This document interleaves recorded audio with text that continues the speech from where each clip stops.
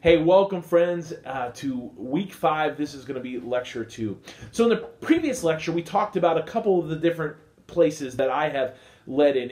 And really at the heart of this conversation on these first 2 lectures is the reminder to us that context matters, right? So the ways in which we led in Clarksville, Tennessee, the way in which we had to move a church that it was sort of born in a very traditional model of church to become a missional outpost rather than simply a collecting point for people, required a certain posture of leadership in that community and helping our people from the very foundations of their faith all the way through our leadership teams embed that in the DNA and in the discipleship of the culture of our church.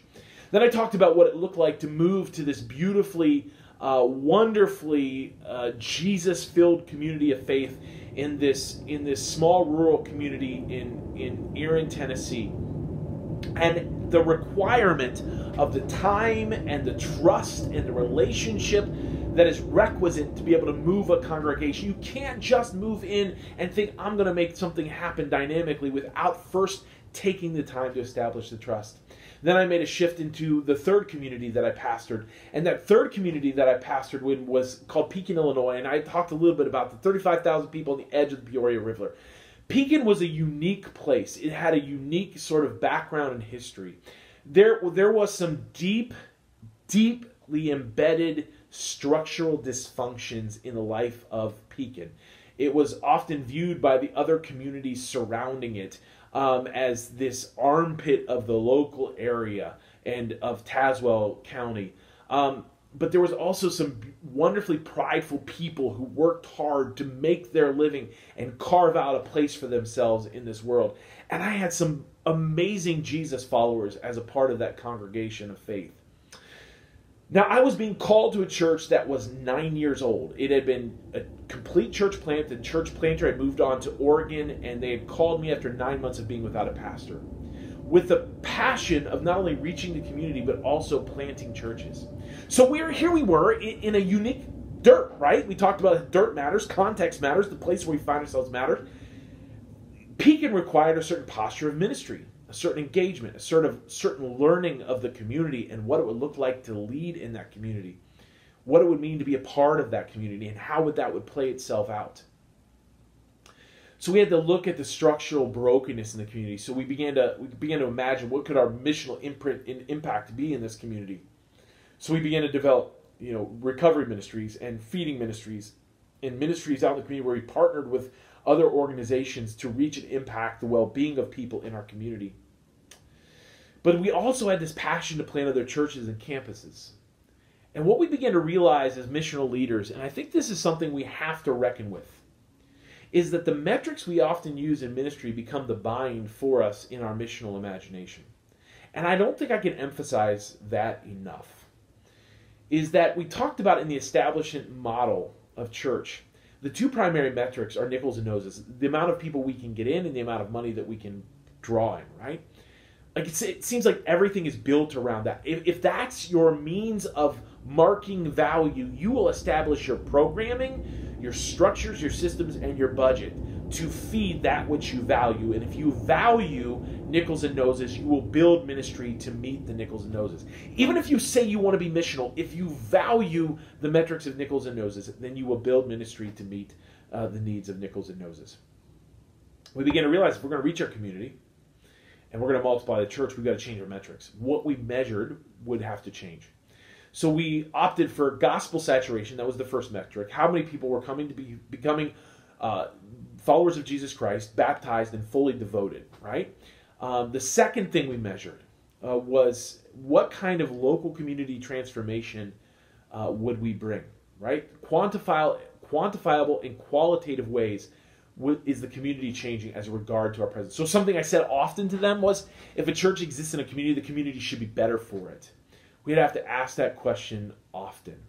So gospel saturation, local community transformation, and the third metric was micro and macro multiplication. Did we have disciples making disciples, leaders making leaders, ministries giving birth to ministries, and churches bearing churches? Now, if we're going to embrace a fully centrifugal model, and we're going to believe that God has called us to be a sent people, then our metrics had to match what it is that we said we valued.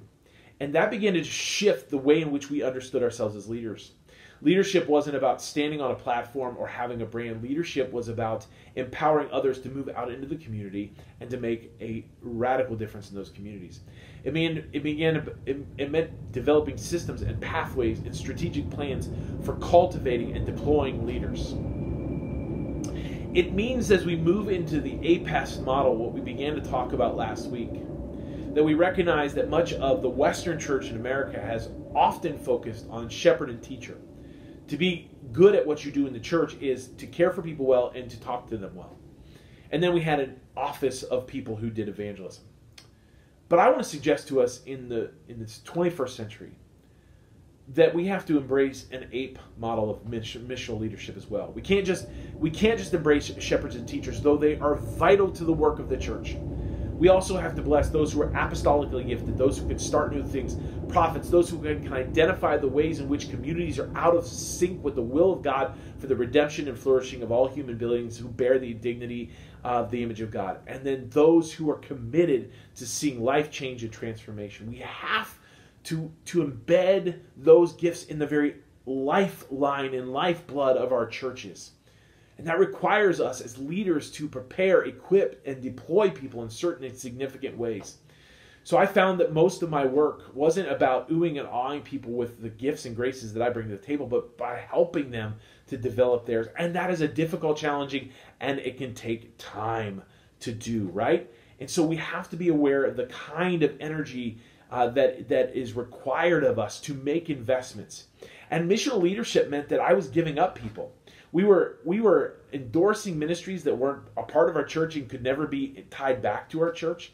We were planting campuses and helping establish churches, and I was giving away people and money. And in fact, the more successful we got, the smaller we became, because we kept shrinking, because we kept deploying other people out into other areas doing other things.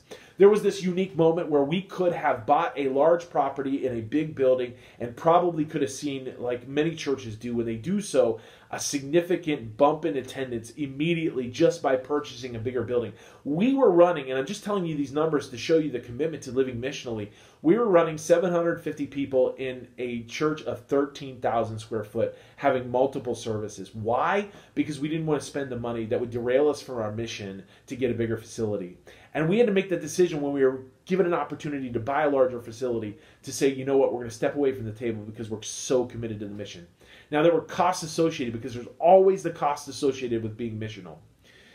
But then after being there for about 5 years, I made a shift and I made a move to then leading and moving to the city of Chicago.